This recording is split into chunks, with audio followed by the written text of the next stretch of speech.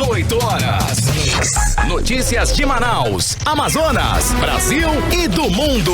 Agora na Mix. Mix 6 horas em Manaus. Boa noite pra você em 100,7. Você que está na sintonia certa e no melhor Mix do Brasil. Juntos mais uma vez, começando mais uma edição do programa 18 horas. Mais uma sexta-feira, Carimilhão, para a nossa agenda aí em sexta-feira, 3 de dezembro de 2021.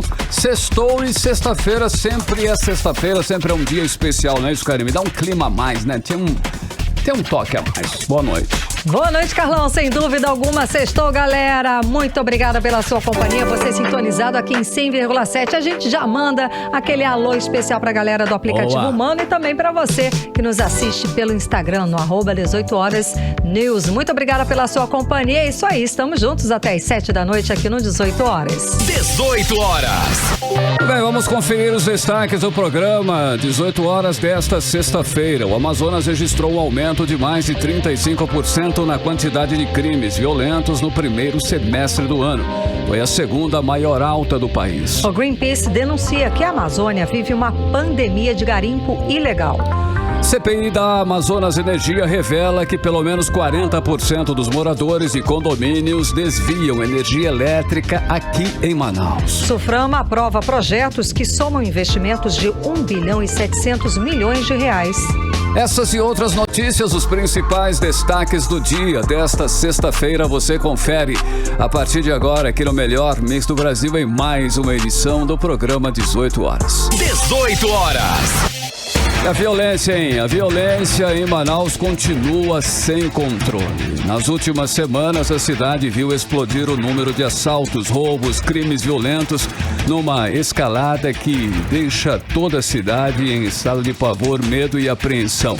O empresário Rafael Moura Cunha, de 40 anos, foi morto com 2 tiros na noite de ontem em frente a um bar no bairro Parque 10 de Novembro, área nobre da capital, Karine. Pois é, Carlão, todo mundo muito apreensivo. Nesse caso, por exemplo, tudo aconteceu numa área movimentada do Parque 10. Testemunhas disseram que o atirador chegou numa moto, ficou de tocaia, esperou o empresário abrir a porta do carro e disparou 2 tiros. E esse tipo de crime virou rotina em Manaus. Vários casos de execuções são registrados toda semana. Antes, nos bairros da periferia. Agora, com mais frequência nos bairros de classe média e área comercial da cidade. Bom, é o crime organizado ditando as regras, delimitando território e dando um recado claro de que manda na cidade.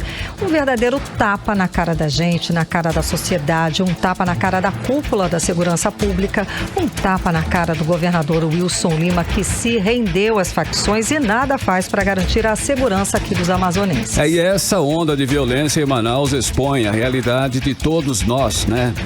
Estamos presenciando durante a noite e à luz do dia tanta violência aqui na capital. Em locais remotos ou em áreas de grande circulação de pessoas, como foi o caso desse crime no Parque 10, uma área nobre. Nenhuma área da cidade está protegida, está segura, infelizmente. Tudo agora virou área vermelha. Pois é, Carlão, e o que causa ainda mais indignação é que o governo Wilson Lima está gastando milhões de reais em publicidade para divulgar a propaganda do projeto Paredão, em que diz que implantou aí o mais moderno sistema de monitoramento de todos os tempos, que está patrulhando toda a cidade, por isso a criminalidade deve se cuidar, que não tem para onde fugir, o criminoso vai ser monitorado, rastreado e capturado. Mas essa não é a realidade que a gente vive na cidade, não é a realidade das ruas de Manaus. Essa Manaus segura aí só existe na propaganda, tá? Mentirosa do governo do estado. Os fatos e a realidade são bem diferentes do que o governo Wilson Lima apresenta na propaganda. Só nos 7 primeiros meses deste ano foram registrados mais de 10 mil roubos de celulares. O Amazonas registrou um aumento de 35,6% na quantidade de crimes violentos no primeiro semestre do ano. Foi a segunda maior alta do país. E este ano, gente, a gente não pode esquecer do levante das facções criminosas que incendiaram prédios públicos, ônibus e bancos aqui em Manaus e em outras cidades do interior. Gente, o crime organizado decretou o lockdown na cidade e todos obedeceram, inclusive o governo do estado. Tivemos um secretário de Estado da área de Segurança Pública preso pela Polícia Federal por usar a estrutura do estado para roubar ouro de garimpeiros. Além da troca no comando da Secretaria de Segurança e da Polícia Militar. O governo do estado definitivamente não tem um plano efetivo de combate à segurança, é tudo feito assim no improviso. E enquanto o governador está numa verdadeira campanha eleitoral com menos de 9% das intenções de votos, os amazonenses sofrem com a falta de segurança. Você está ouvindo 18 horas. Olha, com média de 50% de vacinados com 2 doses, o Amazonas deve encerrar o ano com índice bem abaixo da nacional, que é de 63,36%. Pois é, Carlão, e aos poucos o cenário faz a gente lembrar o dezembro do ano passado, quando os números da Covid começaram a crescer, dando início à segunda onda. Vamos conferir mais detalhes a respeito desse assunto agora na reportagem de Odiné Araújo. O último mês do ano chega com 135.164.000 brasileiros com esquema vacinal completo, ou seja, com as 2 doses ou a dose única aplicadas. Isso equivale a 63,36% da população do país. Enquanto isso, no Amazonas, apenas 50,4% da população concluiu o esquema vacinal e está completamente imunizada. Dos mais de 4.200.000 habitantes, um pouco mais de 2 milhões tomaram as 2 doses ou a dose única aqui no estado. Os números divulgados pelo consórcio de veículos de imprensa, a partir dos dados das secretarias estaduais de saúde, preocupam autoridades. O Amazonas aparece bem abaixo da média nacional de vacinados e isso é preocupante, especialmente por causa do aumento de novos casos e internações por Covid-19. Para o epidemiologista da Fiocruz Amazônia, Gésen Orellana, a situação é mais grave do que se desenha, porque o aumento expressivo dos casos está subestimado. Nós sabemos que há uma enorme dificuldade, quase 2 anos depois de iniciada a pandemia de Covid-19, de realizarmos busca ativa de casos, de aumentarmos a capacidade da nossa vigilância laboratorial, principalmente da vigilância genômica. Nós temos uma enorme dificuldade de atuar em ações preventivas que visam frear a disseminação viral do novo coronavírus. O epidemiologista diz ainda que, além da falta de estratégias de saúde pública diretas e efetivas, é estarrecedor ver o governo do estado e as prefeituras do interior relaxando completamente nas medidas protetivas e promovendo aglomeração. Você ainda vê o governo do estado do Amazonas e as prefeituras do interior de Manaus relaxando em muitas medidas, transparecendo a ideia de que a epidemia está no fim, de que nós não teremos mais problemas e que podemos voltar à vida normal. Isso não é correto, isso é desonesto e, no mínimo, condenável, né? Principalmente quando você tenta repetir em 2021 o erro de 2020. Devido ao surgimento da variante Ômicron do coronavírus, a Organização Pan-Americana e o Ministério da Saúde querem saber das secretarias estaduais quais estratégias estão sendo adotadas para aumentar a cobertura vacinal. O Amazonas apresentou a inclusão de mutirões e ações em shoppings para intensificar a aplicação das doses. Odiné Araújo para o 18 horas. Você está ouvindo 18 horas. O Greenpeace afirma que a Amazônia vive uma pandemia de garimpo ilegal. Segundo a ONG, o problema visto na comunidade do Rosarinho em novembro é só a ponta do iceberg. Outros lugares dentro da Amazônia são explorados ilegalmente, o que causa um prejuízo enorme à natureza. Carlão, e o Greenpeace fez sobrevoos em regiões diferentes aqui da Amazônia e encontrou avanços do garimpo ilegal em terras indígenas e em unidades de conservação. Vamos acompanhar mais detalhes a respeito desse assunto na reportagem de Hector Silva. Nos últimos meses, sobrevoos realizados pelo Greenpeace Brasil em diferentes regiões da Amazônia identificaram o avanço do garimpo ilegal em unidades de conservação e terras indígenas. No mês de novembro, o Greenpeace flagrou centenas de balsas de garimpo ilegal alocadas no Rio Madeira, em Altazes, no Amazonas. Já na última quarta-feira, dia 1º, o monitoramento inédito revela que desde 2016, o garimpo ilegal já destruiu pelo menos 632 quilômetros de rios dentro da terra indígena Munduruku, no Pará. Os rios destruídos foram o Marupá, das Tropas, Cabitutu, o Igarapé-Mutum, o rio Marupá e o Igarapé-Joari, conhecido localmente como Joarizal. Em 5 anos, houve um aumento de 2.278% na extensão de rios destruídos dentro da terra indígena Munduruku. De acordo com o porta-voz do Greenpeace Brasil, Rômulo Batista, para se ter uma dimensão, a destruição desses rios e igarapés é equivalente, em relação à extensão dos rios impactados diretamente, àquela que a Vale infligiu ao Rio Doce no rompimento da barragem no distrito de Bento Rodrigues, zona rural de Mariana, em Minas Gerais. Nos últimos 5 anos, houve um aumento de 2.278% na destruição dos rios dentro da terra indígena Munduruku pelo garimpo, totalizando 632 quilômetros. Para a gente ter a ideia da extensão dessa destruição, é praticamente a mesma quilometragem que foi destruída pela Vale no desastre de Mariana. Segundo o porta-voz da campanha de Amazônia do Greenpeace Brasil, Rômulo Batista, dos 11.111 hectares abertos na Amazônia para mineração entre janeiro e setembro de 2021, 73% incidiram dentro de áreas protegidas, ou seja, terras indígenas e unidades de conservação, segundo o programa DETER-B do Instituto Nacional de Pesquisas Espaciais, o INPE. Infelizmente, a Amazônia vive uma pandemia de garimpos ilegais e o rio Tapajós é o epicentro dessa pandemia. Só para a gente ter ideia, entre janeiro e setembro desse ano, segundo dados do Instituto Nacional de Pesquisas Espaciais, foram 11.111 hectares destruídos pelo garimpo. Desses, 73% ocorreram dentro de terras indígenas ou unidades de conservação, onde a atividade é completamente proibida. Segundo dados do professor Raoni Rajão, 90% da produção de ouro ilegal no Brasil vem da bacia amazônica. E esse ouro ilegal causou entre 2019 e 2020 um prejuízo socioambiental na esfera de 31 bilhões de reais. Hector Silva para o 18 horas. Você está ouvindo 18 horas. Agora em Manaus, 6 horas e 12 minutos. Vamos para Brasília conversar com o correspondente do programa 18 horas, o jornalista Carlos Eduardo Matos. Carlos Eduardo, muitíssimo boa noite. Nós vamos ter mais um estado para a região norte, é isso mesmo? Tapajós seria esse estado? Como é que a bancada amazonense reagiu a essa situação, a esta questão? Boa noite, Carlos Eduardo. Boa noite, Karime. Boa noite, Carlão. Boa noite a todos.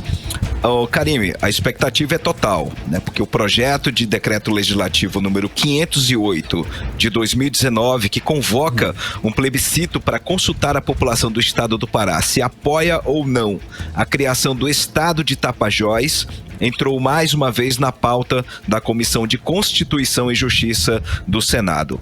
Esse projeto foi à votação no dia 17 de novembro, mas um pedido de vistas acabou adiando a análise e a votação dessa proposta entre os senadores.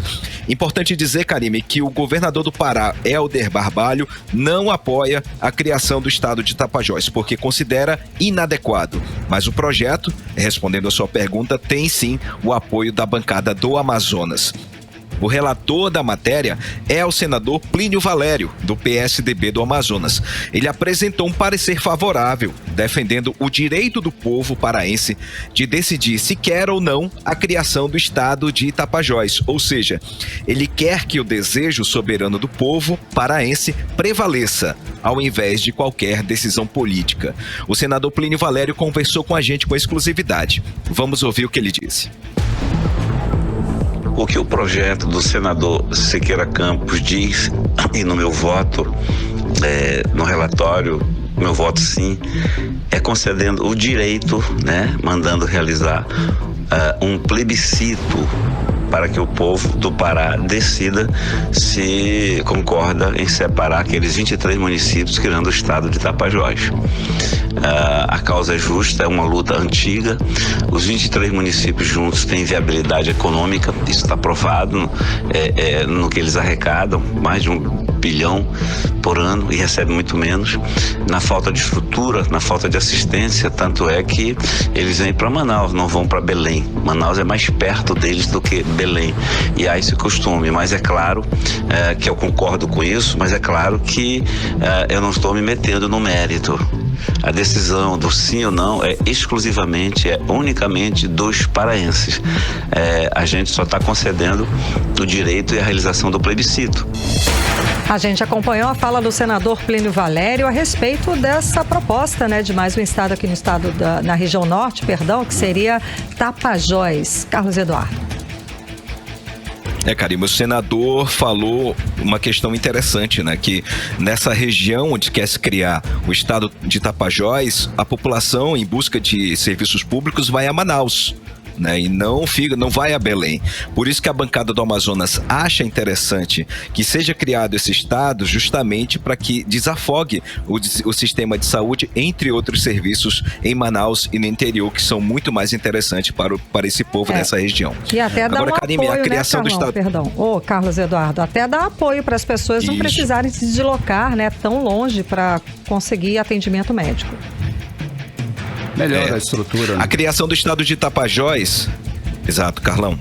A criação do estado de Tapajós é um assunto antigo, como falou o senador Plínio Valério. Ele volta à tona 10 anos após a realização de um plebiscito sobre a divisão do estado do Pará em 3, que eram Pará, Carajás e Tapajós. Naquela época, a população rejeitou o desmembramento. Por isso, esse assunto ainda é polêmico. A gente não sabe como a população pode reagir nos dias de hoje, O fato é que 23 municípios formam o estado de Tapajós, que é o projeto, Alenquer, Almeirim, Aveiro, Belterra, Brasil Novo, Curuá, Faro, Itaituba, Jacareacanga, Juruti, Medicilândia, Mojuí dos Campos, Monte Alegre, Novo Progresso, Óbidos, Oriximiná, Placas, Prainha, Rurópolis, Santarém, Terra Santa, Trairão e Uruará. Não sei se eu falei todos os nomes corretamente, peço desculpa aos nossos amigos paraenses aí, que os nomes são complicados, Sem dúvida. Se o projeto passar pela CCJ, gente, ele segue para o plenário do Senado. Agora é aguardar o desfecho dessa ideia que já dura muitos anos no Poder Legislativo.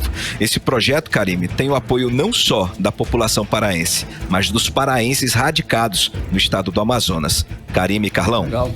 Agora, Cadu, e o deputado federal Marcelo Ramos, Nós estamos interessados em saber, ele já definiu o que ele vai fazer, se ele vai se desfiliar, se filiar, o que ele vai fazer?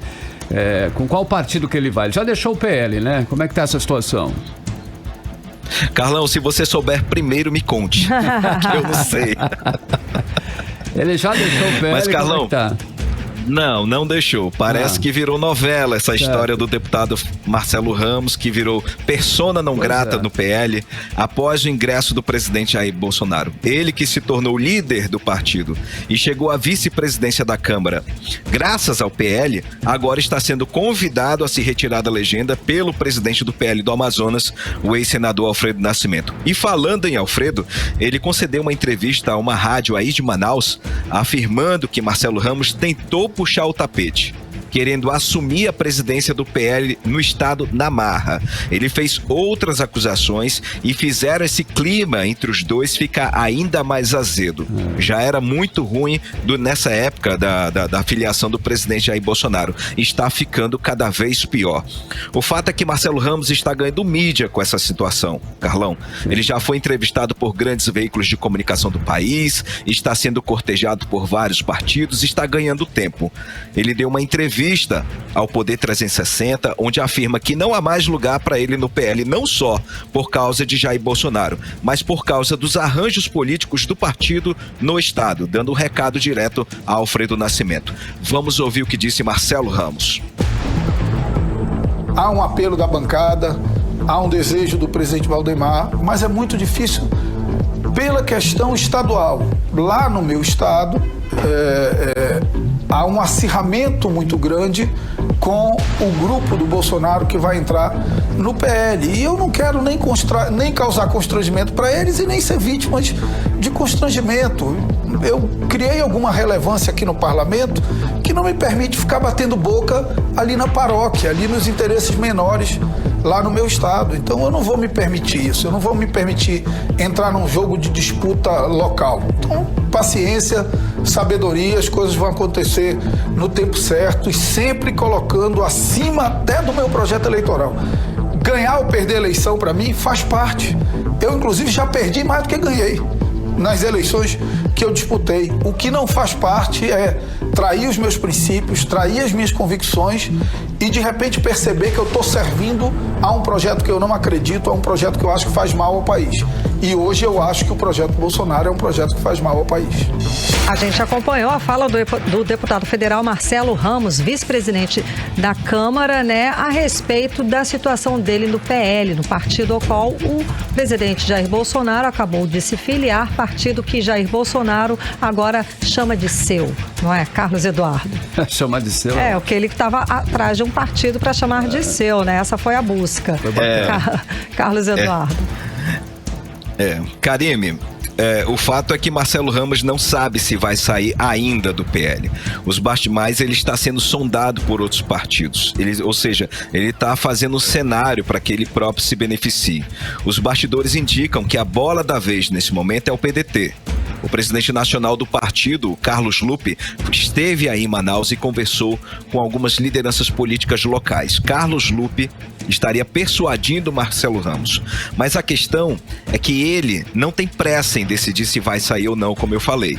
Porque há muitos fatores políticos em jogo que envolvem, inclusive, o cargo dele de vice-presidente da Câmara. Na semana que vem, Marcelo Ramos vai conversar com o presidente nacional do PL, Valdemar da Costa Neto, para discutir o futuro dele do partido. Vamos aguardar para ver as cenas dessa nova novela, né, Carlão e Karine? Até porque se ele quisesse sair, já teria saído. Né, Karine? Pois ele está esperando, acho que sair por cima de uma forma com um convite muito vantajoso, talvez. Enfim, vamos aguardar, né? E o partido colocou ele numa posição privilegiada no cenário aí em Brasília, né? Ele é vice-presidente. Ele pode perder, né, Cadu? Se ele sair do PL, ele perde essa posição aí, né? A princípio, ou não? Eu conversei com alguns analistas políticos que dizem que não.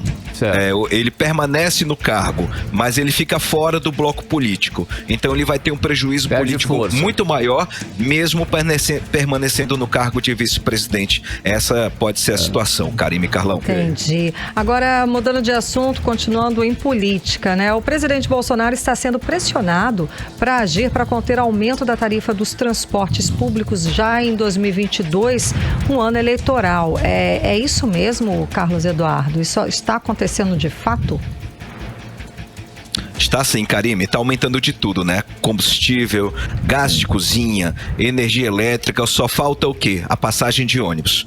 E a Frente Nacional dos Prefeitos, que é uma entidade que reúne prefeitos de todo o Brasil, está pressionando o presidente Bolsonaro a autorizar o reajuste da tarifa do transporte público, prevendo um colapso no sistema nas próximas semanas.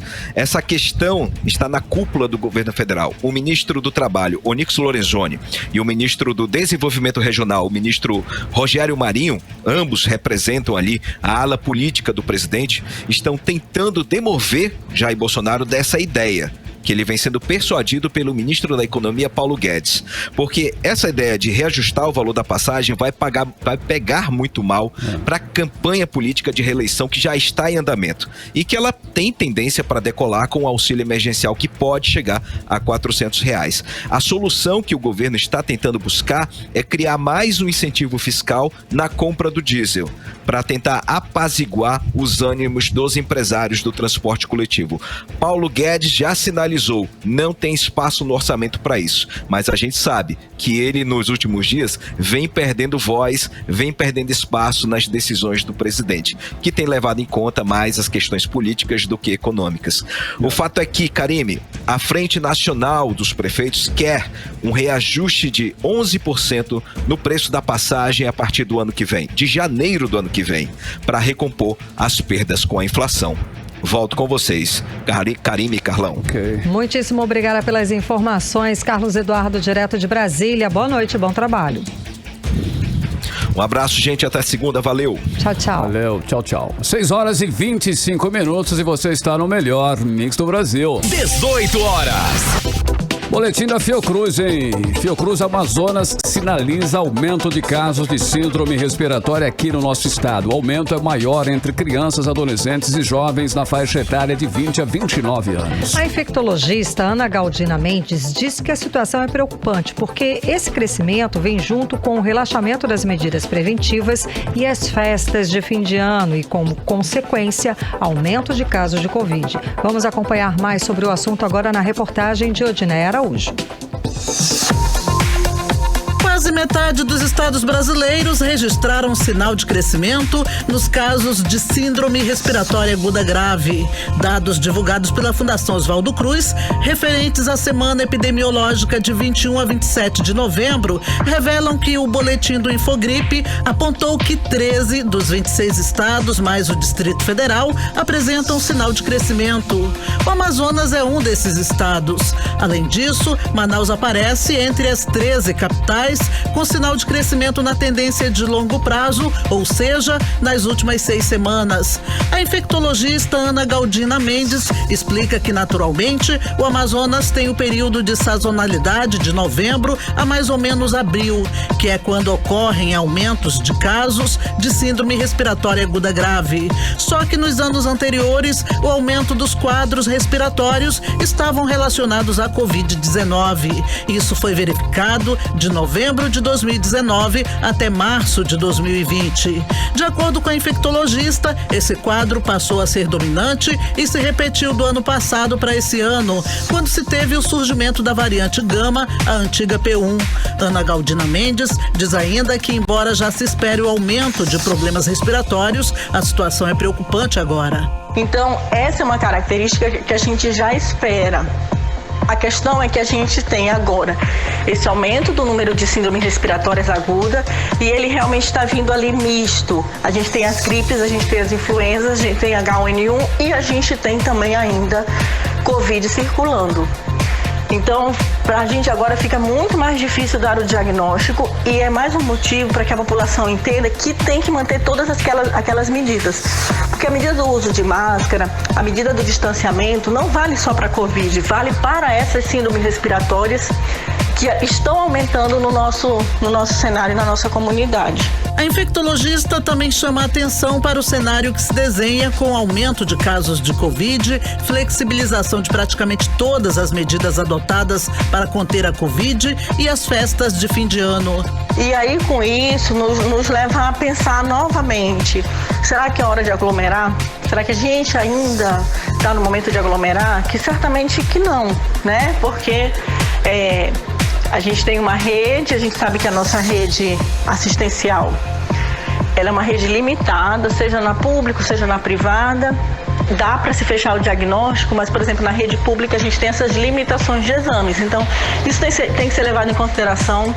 As pessoas precisam se conscientizar de manter sua vacinação atualizada, seja para Covid, seja para gripe. E, somado a isso, manter todas as medidas de prevenção, com uso de máscara, com lavagem da mão, com distanciamento social.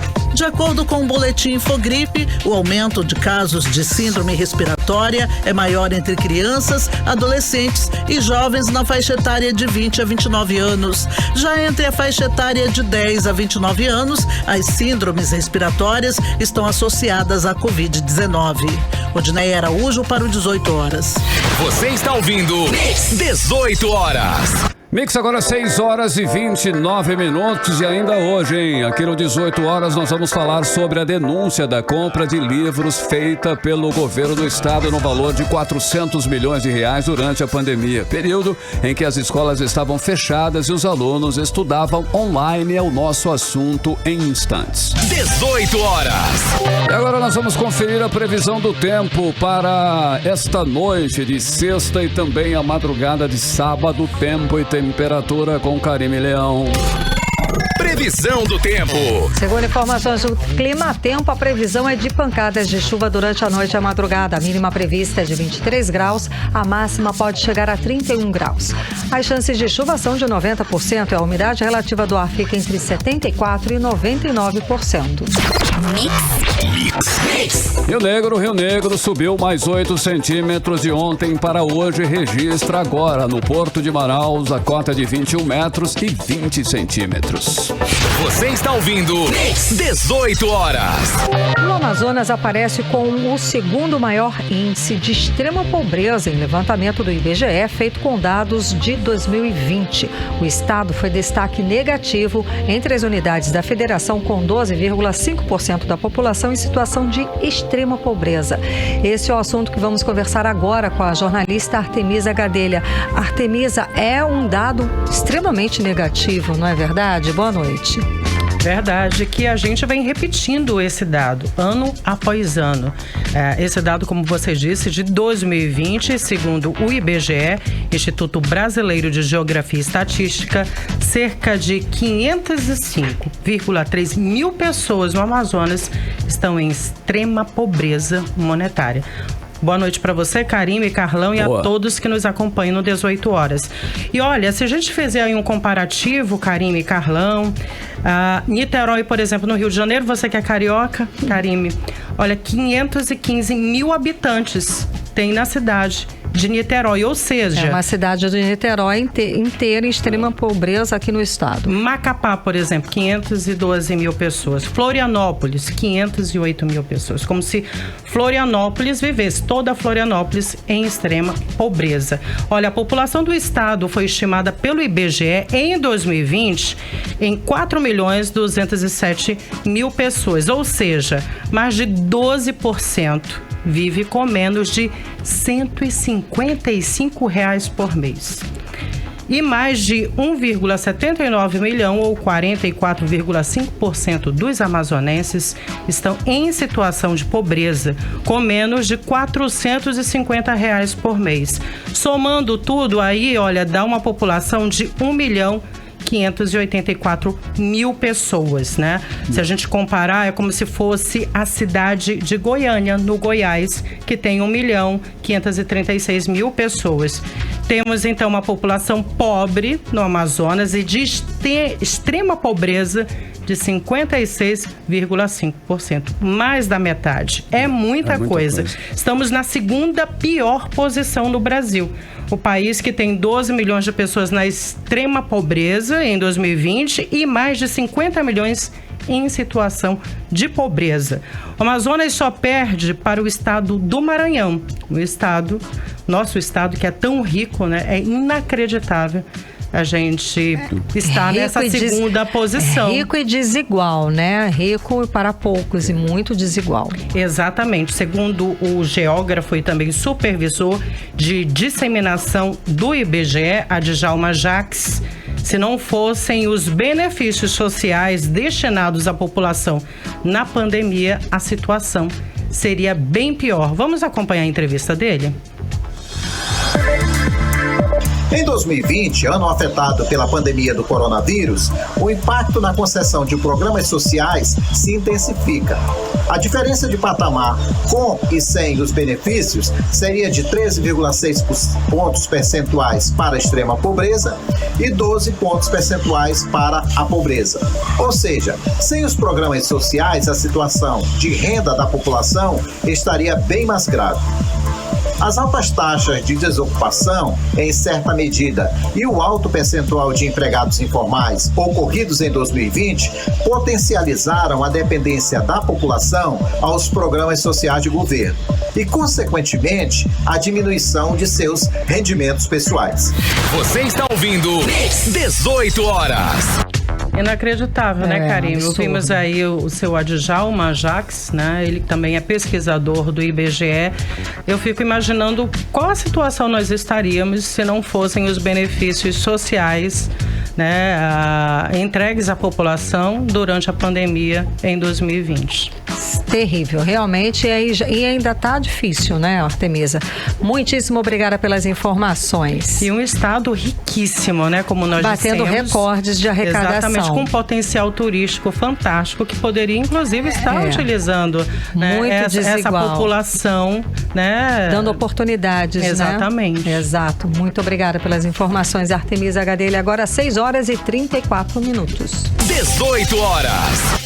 E hoje é o Dia Internacional da Pessoa com Deficiência. A data tem o objetivo de promover maior compreensão dos assuntos referentes à deficiência e para mobilizar a defesa da dignidade, dos direitos e o bem-estar das pessoas. A data foi criada pela Organização das Nações Unidas em 1992 para reflexão a respeito dos desafios enfrentados pelas pessoas com deficiência e das melhorias que devem ser feitas para garantir acessibilidade e inclusão social. Só que aqui no Amazonas, quase 500 mil de pessoas sofrem com a falta de apoio do poder público.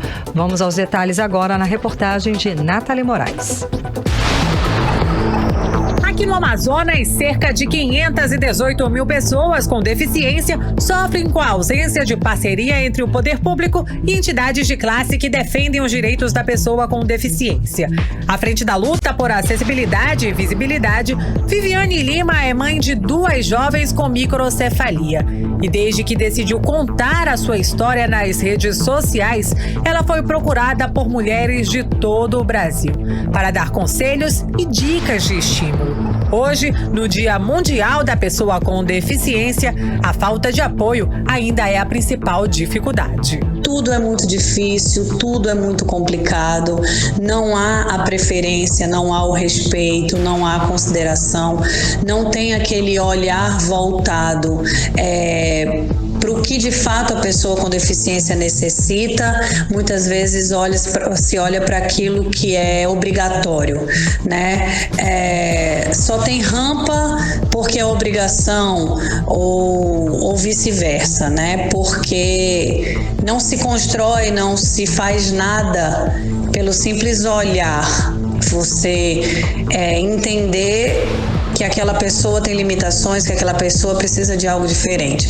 E as pessoas acabam esquecendo que todo mundo, princípio assim de tudo, todos são pessoas. Segundo dados da Organização das Nações Unidas, aproximadamente 10% da população mundial tem alguma deficiência. A principal ideia para o Dia Mundial da Pessoa com Deficiência é refletir por práticas melhores, métodos para garantir uma boa qualidade de vida e dignidade para todas essas pessoas que sofrem com algum tipo de deficiência. Segundo a presidente da Associação dos Deficientes Intelectuais do Amazonas, Emília Aguiar, muito se fala em inclusão e pouca coisa é colocada em prática. Ruas sem calçadas, sem ter acessibilidade nenhuma para cadeirante andar.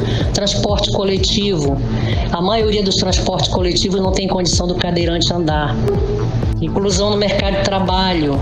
Como é que fica? Você vai na empresa do distrito, você não encontra um cadeirante trabalhando na empresa do distrito, porque as empresas já não têm acessibilidade física no local. O Brasil tem hoje mais de 17 milhões de pessoas com deficiência.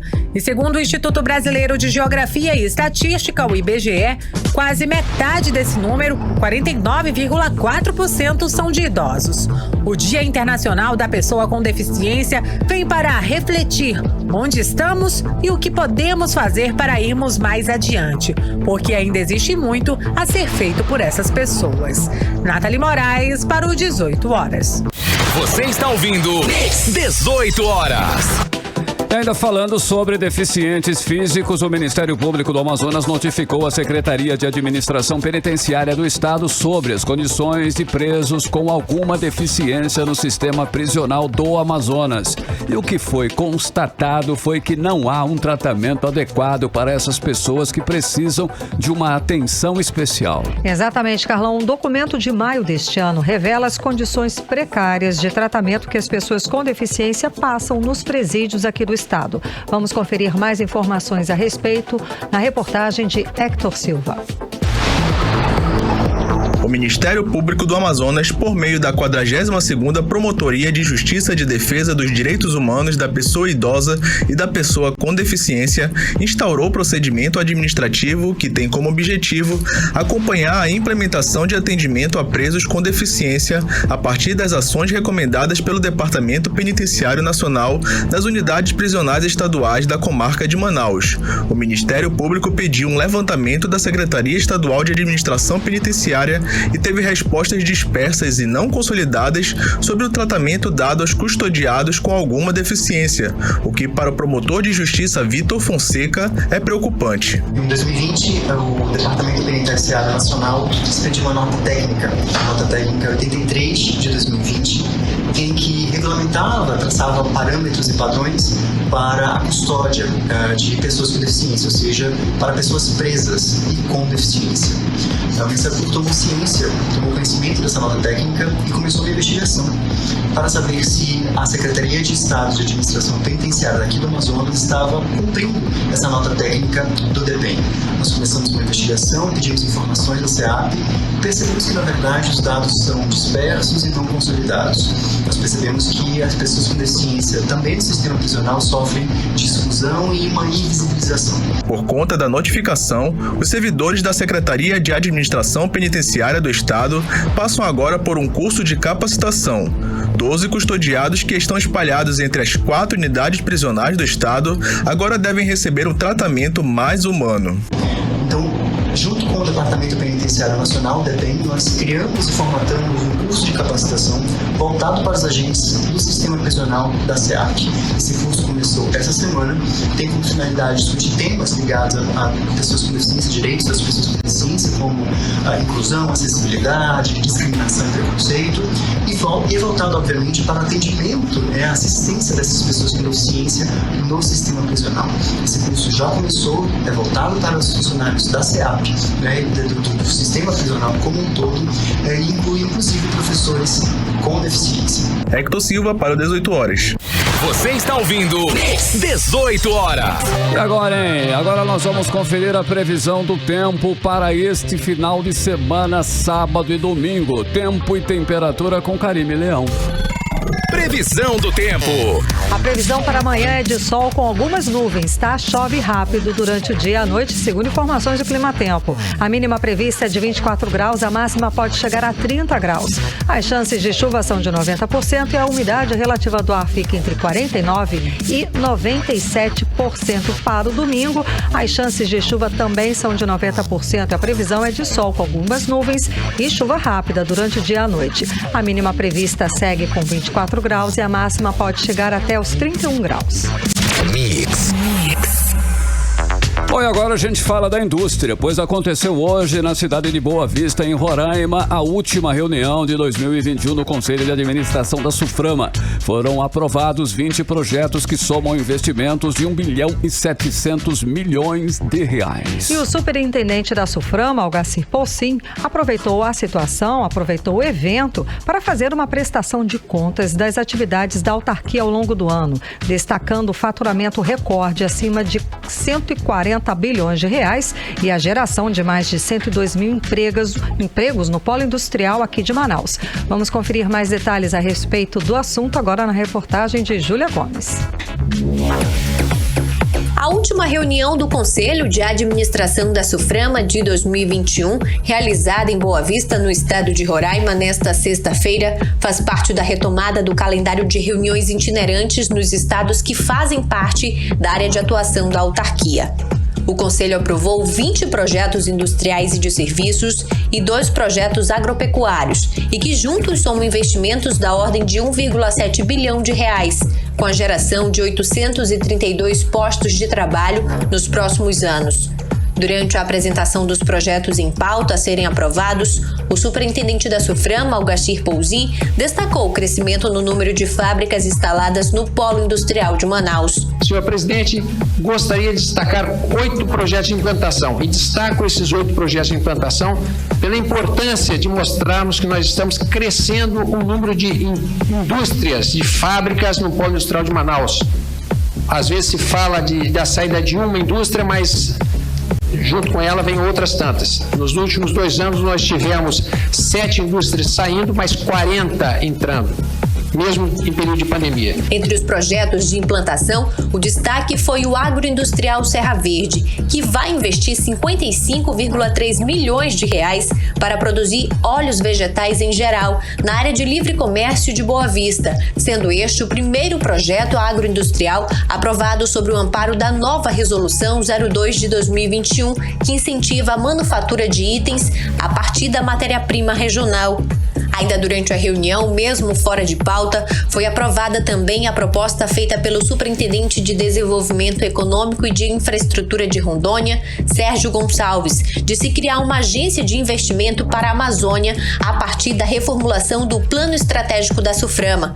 A proposta foi submetida à votação do Conselho pelo secretário especial de Produtividade e Competitividade do Ministério da Economia, Carlos da Costa. Eu gostaria de submeter, embora não tivesse na ordem do dia, a proposta do conselheiro com esses termos. A proposta é que se inicie um processo de revisão do planejamento estratégico com a orientação do CAS de que a SUFRAMA lidere e seja uma espécie de, e a espécie de tem que ser qualificada, agência de desenvolvimento para a Amazônia Ocidental e Amapá. O superintendente da SUFRAMA fez ainda uma prestação de contas da autarquia no ano de 2021, destacando a aprovação de 172 projetos industriais e de serviços, sendo o segundo maior da história, com destaque para o faturamento recorde acima de 140 bilhões de reais, representando um crescimento superior a 40% com relação ao ano passado, e a geração de 102 mil empregos no Polo Industrial de Manaus. O faturamento recorde do nosso Polo Industrial de Manaus, com aumento de empregabilidade acima de 102 mil e uma curva crescente, e um otimismo crescente por parte dos empresários. Mas eu destaco como muito importante a Resolução 02, que permite o benefício fiscal para aquelas empresas que façam beneficiamento de matéria-prima regional, de origem vegetal, animal e vegetal ou agrícola. E aqui um grande exemplo, nós conseguimos aprovar o primeiro projeto nessa Resolução 02 aqui com a nossa indústria da Serra Verde, tá certo? Então fico muito feliz por isso e vemos inúmeros outros avanços que foram listados durante a reunião do CAS. Júlia Gomes para o 18 horas. Você está ouvindo 18 horas. Entrevista do dia. E hoje vamos aprofundar o debate sobre as denúncias de corrupção na Secretaria de Educação durante a gestão do secretário Luiz Fabiano, hoje um dos homens mais fortes no governo de Wilson Lima. O deputado Wilker Barreto denunciou a compra de livros no valor global de 400 milhões de reais durante a pandemia, período em que as escolas estavam fechadas e os alunos estudavam online. Muito boa noite, deputado. Seja bem-vindo ao programa 18 horas. Muitíssimo obrigada por nos atender. Então, deputado, por favor, explica para a gente, para os nossos ouvintes, o tom, a ilegalidade, o que tem de ilegal na compra desses livros nesta situação. Boa noite. Boa noite, Karime. Boa noite, Carlão. Boa noite a todos os ouvintes do 18 horas. Olha, o que nos causa muita estranheza é o volume de compra de livros no período 20 e 21, 2020 e 2021, de livros paradidáticos, que para quem não sabe, o paradidático são livros de apoio, de valores exorbitantes, certo? O mais recente agora é uma adesão de uma ata de registro de preço de uma empresa do Recife, no valor de 135 milhões de reais, sendo que já foi pago 25 milhões.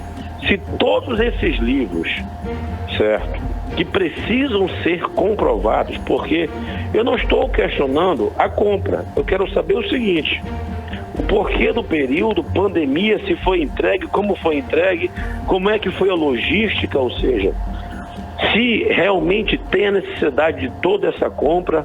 Vamos lá, nós estamos falando aí de 20 livros por aluno. Olha que eu estou fazendo doutorado. Você lê 20 livros no ano, realmente é um grande exercício.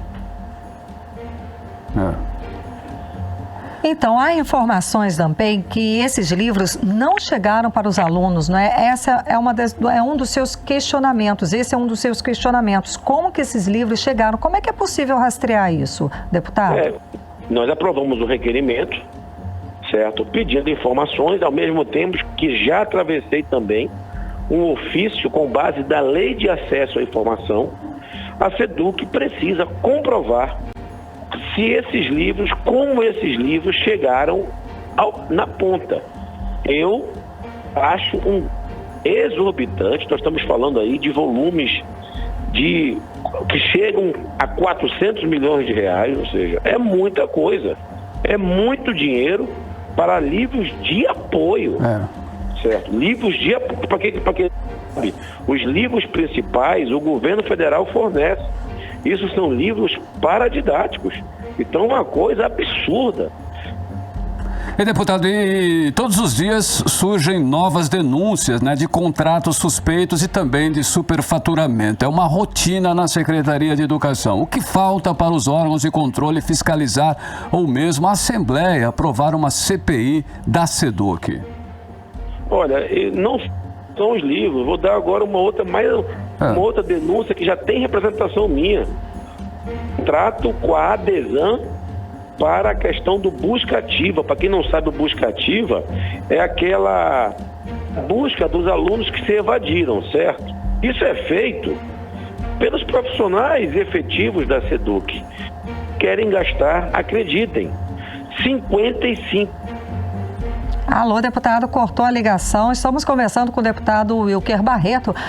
Voltou agora. Okay. Então, o senhor estava explicando para a gente a respeito desta busca ativa, que já é feita por profissionais da Secretaria Estadual de Educação, não é isso? Eles querem gastar mais 50 milhões para isso? 55 milhões a título de apoio executados pela ADESAN. Isso é um absurdo.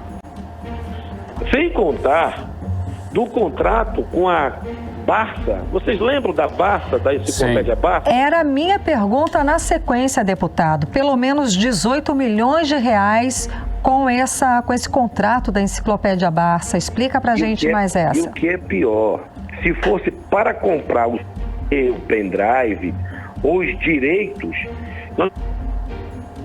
Alô, cortou... Oi, repete, deputado. Cortou de novo o início da sua resposta. É o seguinte... O povo do Amazonas, em 2020, já pagou 18 milhões de reais, acreditem, para ter feito a 150 mil acessos. Ou seja, se acessar, legal. E se não acessar... Pagou por nada, né? Se não acessar... A outra pergunta. Quem é que consegue abrir uma Barça em Itacoatiara, em Iranduba? Falando o seguinte, nós não estamos comprando livros, nem CDs, e já renovaram esse contrato por mais 18 milhões, totalizando. Deputado, cortou novamente a ligação, totalizando quanto que o Estado já pagou com esses livros? Foi só a denúncia, né? Pagaram 18 milhões e novamente renovaram por mais 18. Nossa, certo. 36 milhões de reais para ter acesso. O contrato não contempla o interior. É só para os alunos da capital. Okay. Deputado, muitíssimo obrigada pelas suas informações, pela participação conversando com a gente hoje aqui no programa 18 horas. Eu que agradeço a oportunidade e, obviamente, vamos continuar cobrando as informações para que a SEDUC cumpra a efetiva realização desses serviços e entrega de material. Ok. Muitíssimo obrigada. Boa noite, bom trabalho. Conversamos com o deputado estadual Wilker Barreto. 6 horas e 57 minutos. 18 horas. CPI da Amazonas Energia realizou sua 10ª reunião, ouvindo desta vez o depoimento dos diretores responsáveis pelas empresas independentes de geração de energia elétrica que atuam em todo o Amazonas. Pois é, Carlão, e hoje a informação dessa CPI da Amazonas Energia diz o seguinte, que pelo menos 40% dos moradores de condomínios aqui de Manaus desviam energia elétrica. Vamos acompanhar os detalhes agora na reportagem de Nathalie Moraes. O diretor-presidente da Oliveira Energia, produtora independente de geração de energia, Ocínio Oliveira, deu depoimento polêmico à CPI da Amazonas Energia durante a 17ª reunião.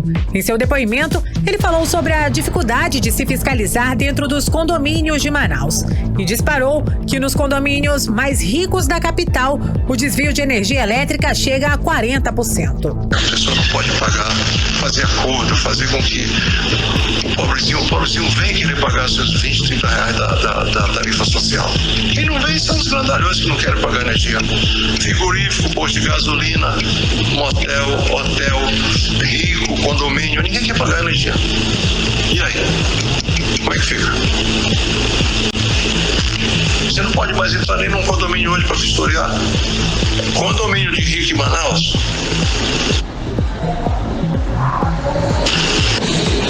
É 40% de desvio de energia.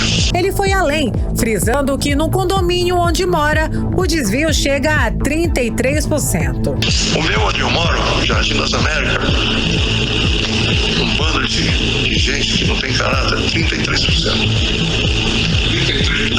Jardim das Américas.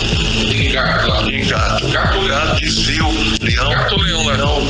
Teve, né? Tem que ir lá de novo, ver como é que tá. Já faz 6 meses. Então a sociedade de Amazonas ainda não concebeu que isso aqui é um objeto como outro qualquer. O empresário foi o último de 7 representantes de produtoras independentes de energia que prestaram depoimentos à CPI. Além do presidente da CPI da Energia, o deputado Sinésio Campos, participaram da reunião o deputado Carlinhos Bessa, relator da CPI, e os deputados estaduais Dermilson Chagas e Tony Medeiros. Para o deputado Dermilson, os dados são alarmantes.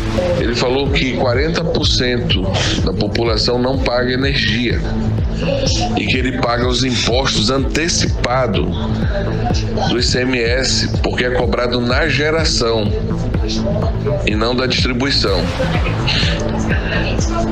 Outro fato relevante que ele destacou e chamou a atenção foi para os condomínios. Pessoas de posses não pagam furto de energia.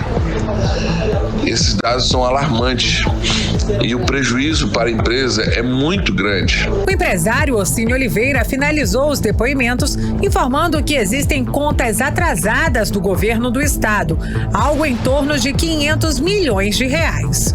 Nathalie Moraes para o 18 horas. Você está ouvindo 18 horas. Agora em Manaus, 7 em ponto. Seguimos para o editorial 18 horas. Editorial 18 horas. Que futuro o governo do Amazonas está dando para as crianças e os jovens? Hoje, o IBGE informou que no Amazonas 90% das escolas da educação básica não tiveram aula ao vivo mediada pela internet no ano passado na pandemia. Isso significa que quando as escolas foram fechadas, os estudantes não tinham como dialogar com os professores. Não puderam fazer perguntas ao vivo. Só uma em cada 10 escolas públicas da educação básica do Amazonas deu possibilidade de interação direta entre professor e aluno. A situação é gravíssima e fica ainda mais grave quando se sabe que o governo gastou milhões e milhões prometendo educação de qualidade e não cumpriu, como mostra a pesquisa do IBGE. 18 horas. 7-1, Karime, boa noite. Um beijo, obrigada pela companhia. Boa noite. Boa noite, até segunda. Você está na Mix, o melhor mix do Brasil. 18horas.com.br, o site de notícias da Mix Manaus. Mix.